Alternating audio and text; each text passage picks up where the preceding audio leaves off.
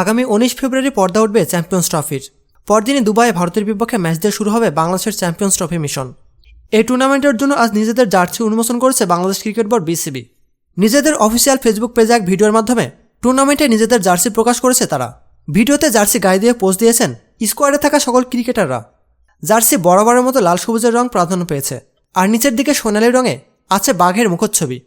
20 ফেব্রুয়ারি দুবাইতে ভারতের বিপক্ষে ম্যাচের পর পাকিস্তানে যাবে বাংলাদেশ দল। সেখানে 24 ফেব্রুয়ারি রাওয়ালপিন্ডিতে নিউজিল্যান্ডের বিপক্ষে খেলবে দ্বিতীয় ম্যাচ। এরপর 27 ফেব্রুয়ারি একই মাঠে খেলবে পাকিস্তানের বিপক্ষে তৃতীয় ম্যাচ। এবারে চ্যাম্পিয়ন্স ট্রফিতে কেমন করবে বাংলাদেশ? কমেন্ট করে জানিয়ে দিন আপনার মূল্যবান মতামত। প্রতিনিয়ত খেলাধুলার আপডেট জানতে খেলাযোগ টিভির সাথেই থাকুন। এতক্ষণ আমাদের সাথে থাকার জন্য আপনাকে জানাচ্ছি বিশেষ ধন্যবাদ।